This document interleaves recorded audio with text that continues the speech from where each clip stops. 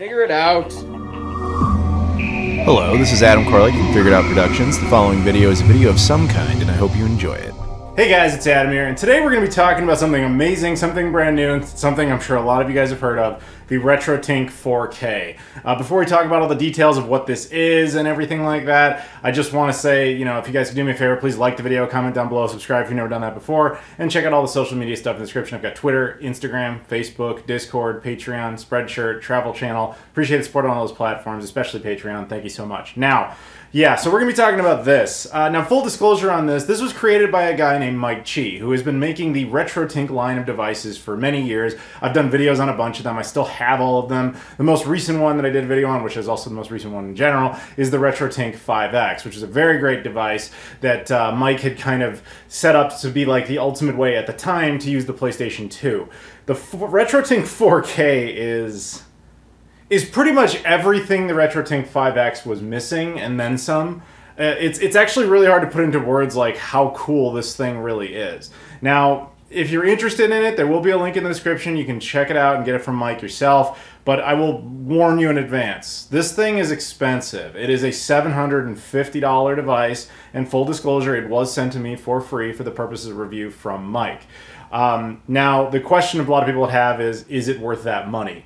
And let's talk about what it is, and then you obviously can make that decision for yourself. So basically the core, the absolute basic principle of what this device is it's effectively the replacement to the FrameMeister, which is already basically what the RetroTink 5X was, but this actually has benefits on top of that. But the idea was that obviously a lot of our retro consoles use older outputs and aren't designed for modern day setups.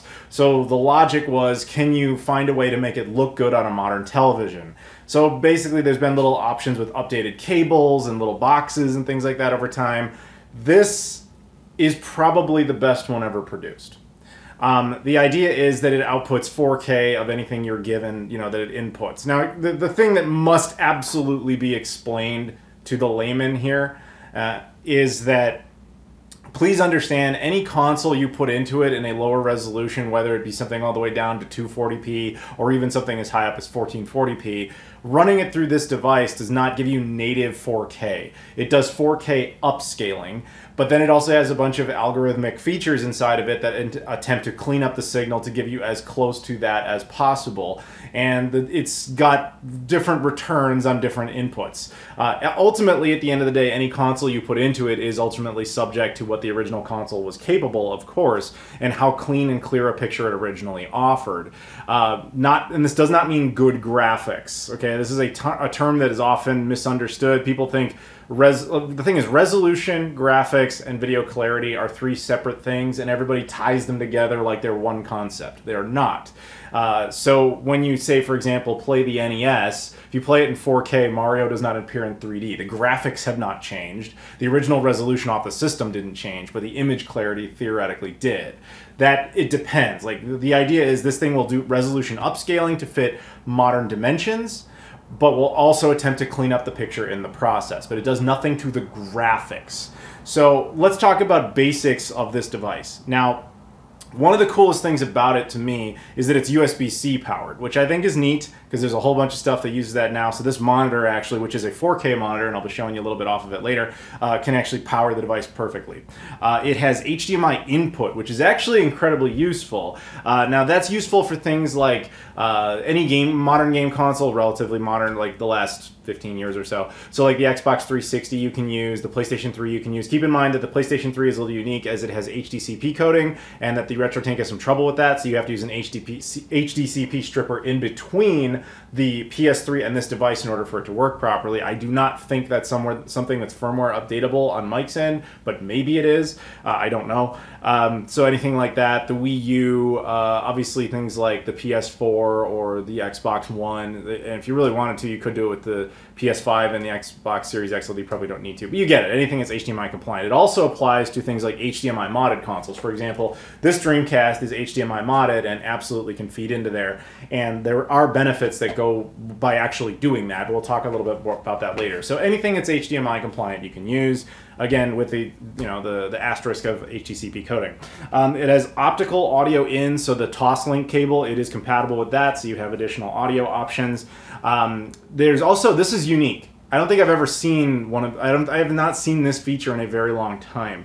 It has VGA input. Now VGA input, as far as video game console context, is really only useful with like 2 different systems. One of them being the Dreamcast, and the other one being the Apple Pippin. Yeah, so it also has audio input for that purpose, which is VGA. It also has component input, which is the YP-BPR component cables, you know, the green, blue, red ones. And then on the front, there's a little sliding door that allows for composite input, the yellow one, as well as S-video. And on the side, there is also a SCART input.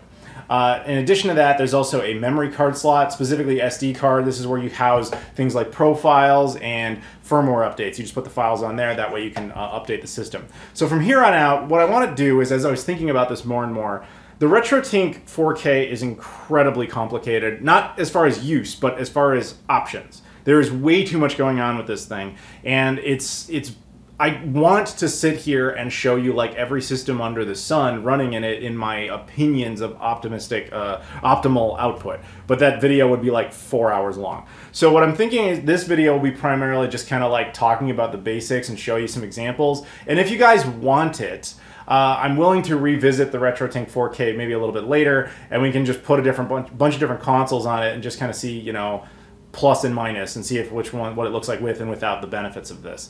But here's the catch. What I want to do for the rest of this video primarily is show you gameplay footage off of the PlayStation 2 mostly, and of the Dreamcast. And the reason I want to do that is because the PlayStation 2 is by far the most demanded like retro console that people want to use on a modern setup and have it look good. And the Dreamcast is a perfect example of video clarity was important in its day, and the graphics, if you want to think of it that way, the PlayStation 2 and the Dreamcast are essentially identical. One had future-proofing in its video output, one did not. The Dreamcast supported a slightly higher resolution in majority of cases. Technically, the PlayStation 2 could be higher, but it was rarely used. But the image clarity off the Dreamcast was amazing. It was not off of the PlayStation 2. But I also used it with stock cables at the same time. Anyway, all I'm trying to say is I want to show you some footage. So what you're going to see here is footage of the PlayStation 2. Now, the first thing up is Twisted Metal Black for the PlayStation 2. I wanted to use this because it's a very dark game, and I wanted to show that you can still like see what's going on in the game. Now, keep in mind, this is running with composite cables, which I absolutely do not recommend to anyone. However, these are the cables that came with your system originally, and so that's what a lot of people sit on. So it must be stressed at this point in time, as we are talking, that there is a huge caveat with all the footage you're seeing. The RetroTink 4K naturally outputs in 4K. However, the capture device I'm using is limited to 1080p. Thus, the footage you're seeing is barely, if at all, represents the actual output capabilities of the device. This isn't an inherent, not flaw of the device, but an inherent flaw of the process. The other one is that the RetroTink 4K also supports HDR capabilities, which look amazing on a monitor, but they do not, it's not capturable, at least with this particular setup. So I just want to give you the basics here. Now, if we switch over to S-Video, this was another capability of the PlayStation 2. So S-Video, if you don't know your history on this, was a technology from the basically 80s, 90s that was like composite plus. It was essentially the same signal, except it separated the contrast from the colors, giving you a sharper image. So it is better than composite, but is effectively out of date and mostly useless on most consoles. I think the 3DO is the only system where natively, without modification, its best option is S-Video. Maybe the N64 as well, but you know, there's not too many where like S-Video would be recommended. And then, of course, YP-BPR component. So that's what we have here. This was the best the PlayStation 2 was organically capable of back in its day, but granted, this is running through the RetroTink 4K, and it's had several algorithmic options to update it. So the original system is running the game at 480i, and the device is obviously upscaling, which I should have mentioned. I actually asked Mike, like, what are the resolution capabilities of this system and, like, which inputs does it support? And he basically said everything that's standard should be supported across every type of input. Because, for example, one of the common things you'll run into if you're using component cables, say like HD Retrovision makes great component cables, and they'll do them for like, say, the Sega Genesis. But the Sega Genesis was never designed to use components, so it's really just tapping into RGB, but it's still outputting like 240p. You put that into a modern day component monitor and it's not going to know what to do with that, so it just says there's no signal. So this thing will do the upscaling to fix it for you, but 240p doesn't actually work on every sort of format. So the point is, even the low resolutions will work on things like HDMI input, according to Mike. I didn't really have any great ways of testing that in a lot of instances, but in some cases I did. So where I tested it, it seemed to work just fine. And yeah, so the other thing I wanted to focus on here is, of course, the Dreamcast. So this is the Dreamcast running via RGB Scart. Now, RGB Scart is a very useful cable. I decided I wanted to run something similarly dark, and this should tell you a little bit of a difference between the Dreamcast and the PlayStation 2, I guess. But with Resident Evil Code Veronica, specifically the Japanese X edition that had bonus content and stuff in it, bug patches, whatever. But the SCART version was effectively running at 480i, but it was just maxed out like the picture clarity. And it looks fine. You know, the RetroTink is doing its job. Now, in this case, RGB SCART is a great format, but it's very unique to very particular consoles. Like, you would want to use it on something like the Super Nintendo, the Sega Genesis, the Sega Master System, Sega Saturn, etc. It's not necessarily what I would recommend with the Dreamcast, but for our purposes, I just kind of wanted to keep this as uniform as possible. But then again, I thought it would be kind of interesting to show other inputs with the Dreamcast. So uniquely, like I said, the Dreamcast supports VGA, so I've decided to throw that in there. So this is the Dreamcast running via VGA into the RetroTink. This is actually effectively 480p, just kind of running through this thing doing upscaling. Same exact game, just sees the basic improvements and everything that you can get out of that, and it looks great. This is actually, you know, years ago I would have made videos saying like this was the ultimate thing to do, but that's before we had other toys and options like internal modifications and so on and so forth. So speaking of internal modifications, we have the HDMI mod. So this is the native HDMI board mod that's running inside the Dreamcast, now running through the RetroTink 4K. And it does improve because I actually have it running in 480p mode on the Dreamcast, because the internal scaler that's even in the HDMI mod is not quite as good as something that's like in the RetroTink 4K, thus letting it do the heavy lifting. And it does improve things. And just for the purposes of curiosity, because I'm sure some people will ask, is this thing compatible with the M Classic, and like what would that do with it? I would say it is compatible. It's not ultimately necessary, but in some use cases it actually would be beneficial. But keep in mind, you would want to pass the M Classic not after the RetroTink 4K, but before it. So you would want it to feed, say, for the Dreamcast into the M Classic, into the RetroTink 4K. I'm not saying I even necessarily recommend this setup, just that this is actually what it would look like if you did all that, just out of curiosity, just because some people will be curious about that. But in a nutshell, that's kind of the basics of what that ends up looking like. So I wanted to talk a little bit about you know, what I think the best usage case for this is.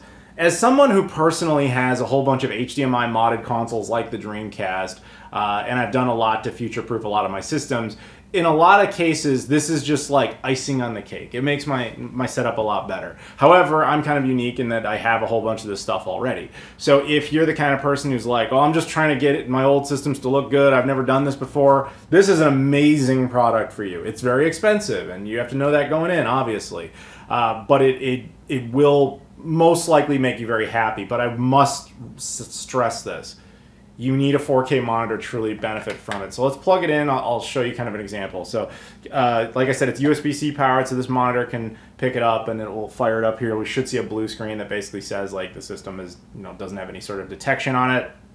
And I love the wide array of compatibility. It also supports PAL resolutions. Okay, so here on the right, it would say HDMI, no signal. That makes sense. So I have it plugged into the PlayStation 2 at the moment, set up via component. This PlayStation 2 in particular is running free McBoot, so it should be all good to go. I don't remember if I have this set up. Oh, I should also mention it has a remote, because that's kind of rather important here. Now, I have it set to, I believe, HDMI input, which means I need to fix that, and I can't really see what I'm doing. So we go down here, and we'll talk about menus in a second. Where is it? I can only see this from a certain angle, I'm sorry. Where is it? Oh, there it is. There you go. Okay, so there you go. You get the PlayStation 2. Sorry, it's hard to see it that way. And then from there, we can go into our launcher if we want to do something like that. I'll talk about the remote in a second because I think it's important to know about this remote. Going back, this actually I did a video on this if you're curious. This one's got FreeMcBoot and an SSD installed, so it actually runs amazing. Let me put on something a little more colorful. I don't know. What do we got? Oh, Godzilla Unleashed. Because Godzilla -1 just came out, and I'm wearing a Godzilla shirt. That's perfect. This game's pretty decent, by the way. And as you can see, it runs fine. So I'm just going to kind of let this play in the background a little bit. So what this is the PlayStation 2 running in its 480i component mode, running into the RetroTink 4K, running output of 4K. Now, what it also should have, unless the settings change for some reason, sorry, it should be running... okay, we want to put on HDR. So it was off. And now it's on. It looks so much better. That's a big feature. I can't stress that enough. You need to have that active. And unfortunately, in the captured footage, there's no way to do that, at least not yet. Because not only does it make the screen brighter, well, obviously, it also gives you additional benefits. So this is unfortunately kind of the best way I can show you this in its native setup, because there's really no other way to show you yet. At least I don't personally have a way to capture 4K content yet, which is on me, I suppose. But yeah, the game looks good, all things considered. So as a device, I think it's really solid. I've had no issues with it. Firmware update process is easy. Let's talk about that menu, actually. So the remote, this might be the only flaw in the device. So it comes with this remote. The remote is great. I got nothing against the remote. It has easy options for input, for different settings. It's obviously synced up. It actually has entire resolution buttons, so it outputs 4K, it outputs 1080p, 1440p, 480p. Interestingly, there is no option for 720p on there. And it's got a nice menu button, back button. All that stuff is basic, but it makes sense. The one issue I have with this thing, the only one actually, is that there is no physical button on this device anywhere to switch inputs, which means you're absolutely, utterly dependent upon the remote. I don't like that, but I mean, I understand why he didn't want to just have a couple buttons on here to try and navigate this menu, because this menu, which I'm about to show you, is complex in a good way. This thing is overloaded with options, but an input switch button would have been the one button I would be like, that's probably the most important, because even if you get all the other stuff set up, you have everything connected to it you want, looking around for that remote, that could be frustrating. But aside from that, I got no complaints. So let me try and show you some of these menu features here. So we pull up the menu, which is really hard to do at this angle. Thankfully, I'm double jointed. That'll make my life a little easier. The first thing you'll see, obviously, is input selection. Now, as I said, what we're currently on, it'll also give you info down there, like its input source is 480i, but the monitor itself will tell you it's 4K, and of course, you can check that for yourself. But input selection, you obviously have HDMI input, which is what it defaults to, as you guys saw when I turned it on. But you also have the composite input and S-video input. I would, if I'm honest with you guys, the S-video and the composite were actually, which are kind of hidden behind a little door, by the way, are really just kind of thought of as bonus features. I don't think there's too many systems out there, maybe the NES, and that's only if you don't want to try and get a better version of that system, that you really should even bother with doing that with. Like what I was saying before about the 3DO, for example, being like its max out is like S-video. Most systems that you think of as retro have better video output options like RGB.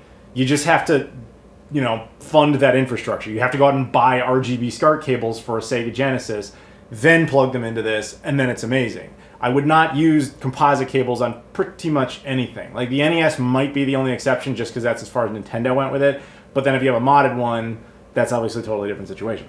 Anyway, S-video, as I said, it's there. I think Mike put them on there, honestly, as a bonus feature, but then again, you have to appeal to people who aren't going to go out and buy those extra cables. I cannot stress this enough. I really cannot. Do not be the guy who says, well, I have a Super Nintendo and it has the old yellow composite cable. If I get this device and I plug the yellow composite cable in there, that's good enough. That'll make it work, and it'll look great. It will be better. Get yourself an RGB Scart cable or HD Retrovision component cables. I promise you, it will be better than what you're thinking it will be if you do that. I always equate this to food, because I'm chunky, but devices like this in conjunction with the consoles and the cables, all this together, think of it like a meal you're preparing. These are a series of ingredients. Even if it's something basic, you're like, I'm gonna make some pancakes. So I'm gonna get some fresh fruit, and I'm gonna get, you know, batter and everything, and I'm gonna put it all together. I'm gonna set up. Oh, it says it's calling for milk or for water or whatever, and you're like, nah, I'm gonna pee in it. That'll be the liquid I use. Would you eat that? Because that's essentially what you're doing. I'm just saying don't use composite. It's piss yellow for a reason. Anyway, so I don't recommend those in pretty much any instance. As I said, we have component. Now this is actually kind of interesting. So in the component mode, you'll actually see there's different types of component interfaces. This isn't generic. This is, like I said, Mike really went all out here. So you have a bunch of different versions of that. You also have SCART, various SCART options, which is interesting. I'm assuming most of the time it's going to default to the first one. When I ran the stuff I did, they all seem to work on the first one, but there are going to be other iterations potentially that run down there. Maybe things, I don't know, I'm just guessing, maybe things like JP21, but that's purely speculative. I don't know. I didn't have a way to test that. Now, what he calls HD15 is the VGA slot. Now, there's a whole host of different things there, and I should have mentioned this when I was talking about the VGA slot as well as the HDMI inputs.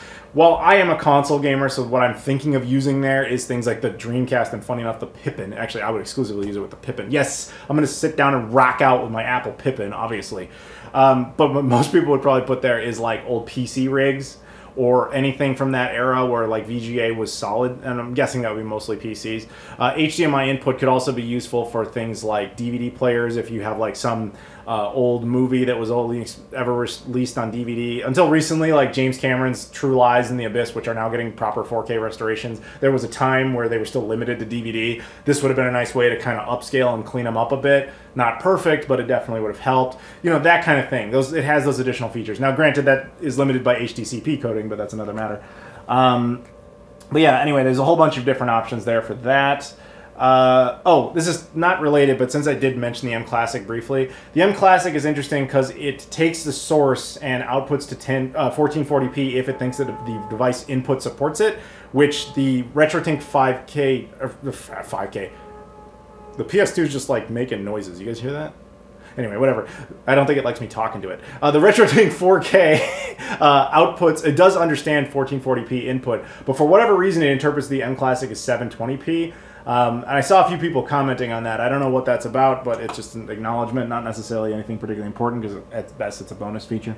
But anyway, so HDMI output options, this is where I mentioned HDR. If you're using this on a 4K monitor, absolutely turn that on. Turn on the 1440p, or sorry, 1440, HDR features. There's more options in there. Like I said, there's so many options in this thing for fine tuning that it's ridiculous. And, you know, you might get kind of overwhelmed by that, but the other cool thing is the SD card slot also has profile features. So if there's, like, say, a set of features you like for, you know, like the Sega Genesis, you can effectively save the profile as Sega Genesis and then change it completely for, you know, Atari Jaguar or whatever you feel like doing. You can do that. Kind of like the FrameMeister used to let you do. So here it has output resolution options.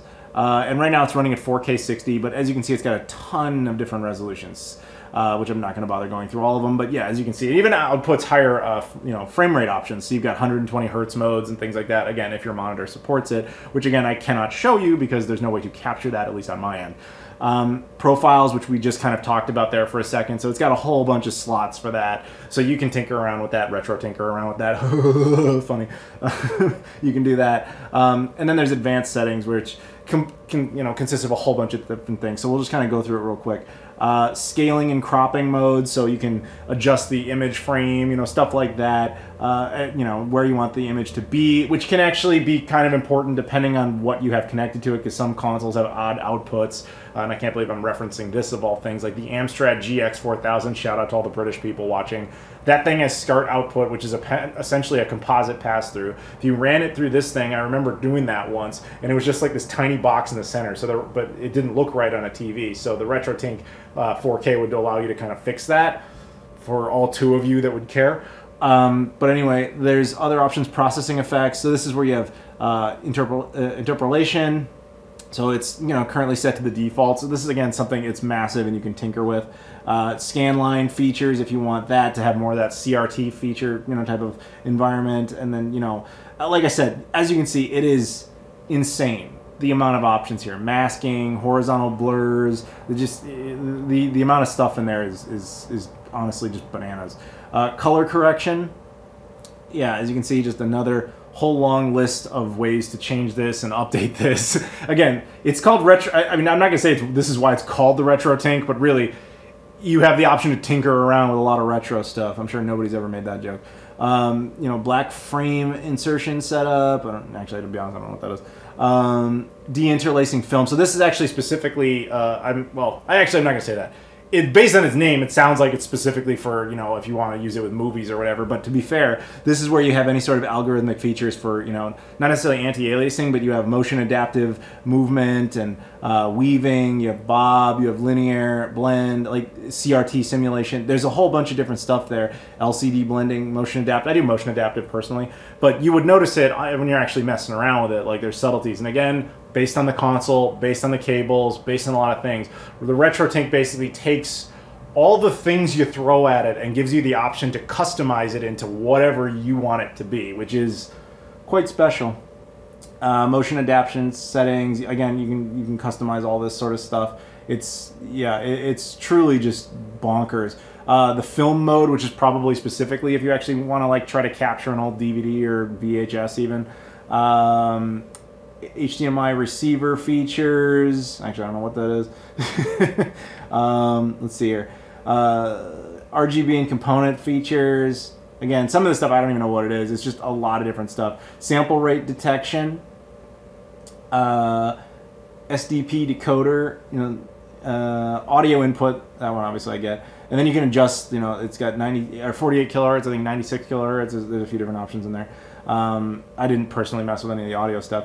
So getting down here, you have firmware feature options, so you can change a bunch of stuff there, and you can also very easily update the device through the SD card. As I said, I mean, I'll click on it just to show you. There is a firmware file on mine. It acknowledges it and asks if I want to update, which I don't need to. It's already running that, but it's just that easy. And then if you hit OK, then the device basically just installs and reboots and stuff. It's no big deal. But Mike is very good at putting those updates out, so you don't have to worry. Status, which just gives you a whole bunch of breakdown of what's going on. Diagnostics, obviously it gets, you know, kind of self-explanatory. And then about, which just has, you know, more information about the device, QR code, model numbers, that kind of thing. It is truly baffling the amount of stuff that's in this thing and what a quality job it actually does. Honestly, I look at it and I go, this is something I absolutely would have dreamed about 10 years ago. And I'm not saying it's bad in that regard. It's just that, like, I look at the last 10 years or so of being on YouTube. I've been on YouTube for like 15 years now. And like the last 10 years or so, it's like I've been reviewing and looking at a bunch of these little devices. And it's like some of them are very console specific, and in a lot of cases that's good. But these little like upscalers and things that come along, it's like this is the one I've always wanted. It's just, it does everything. Its only flaw, the only one, is that it doesn't have a physical button on it to allow you to swap inputs, because it's absolutely tied to this remote. So never lose the remote or break it, because if you do, that is not of much use anymore. So keep that safe. But aside from that, perfection. Absolute perfection. And, you know, I don't know, you guys tell me, like, obviously I sit on, like, every retro console ever made, and I'm curious if people would be genuinely interested in seeing some sort of additional, like, longer form video where I'm like, okay, the point of this video is just, let's go through a bunch of consoles and push them to their max using the RetroTink 4K and see what it does. The only flaw with that type of video is that I can't capture it properly because it would be in 1080p. So now that I think about it, maybe that's not a great idea, unless you guys are willing to just tolerate a monitor. But you guys tell me. Anyway, maybe down the road we'll get some sort of 4K capture device, and, you know, who knows, in the future. But yeah, I guess for what it's worth, I would give this my stamp of approval. I'd say it's great, but keep in mind it is very expensive. And when people look at the price tag, like I said, it's $750 US. And a lot of people look at that and they just get really upset. And I get why. It's an expensive device, and it's up to you to decide if you think it's worth that money or not. I think it's really cool. I would say if I didn't already own a whole bunch of these things along the way, then I would definitely see this being as a worthwhile, like, one-time purchase.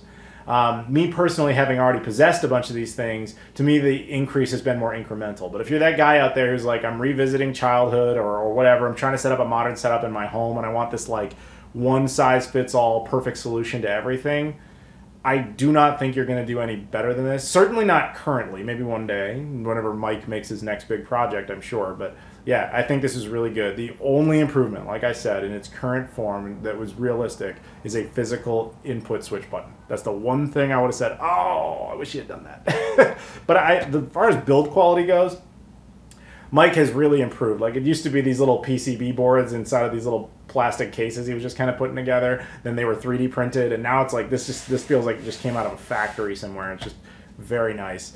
Now, potential other issue, although I did not personally run into it, is the way the composite and S-video ports as well as the component ports are fixed.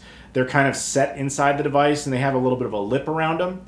It is possible there might be like bigger, bulkier, maybe like Monster Edition cables that don't quite fit in there right, but I didn't run into that. I'm just looking at it and thinking that might be the case. I'm trying to find like additional negatives. Oh, there is another thing you should know. If you ever turn this on and you accidentally set it to a setting you don't have, like say your monitor doesn't actually support 4K and like the thing freaks out, and you accidentally confirm that it does, and now the device won't display anywhere, and you're like, I don't know how to turn it on, I don't know how to get it to work anymore. Don't panic, there's a big plastic reset button on the back. If you press that, then it will go back to its default settings and be compatible with your monitor again. So don't panic, it's a very solvable problem. But yeah, I know I think this is solid.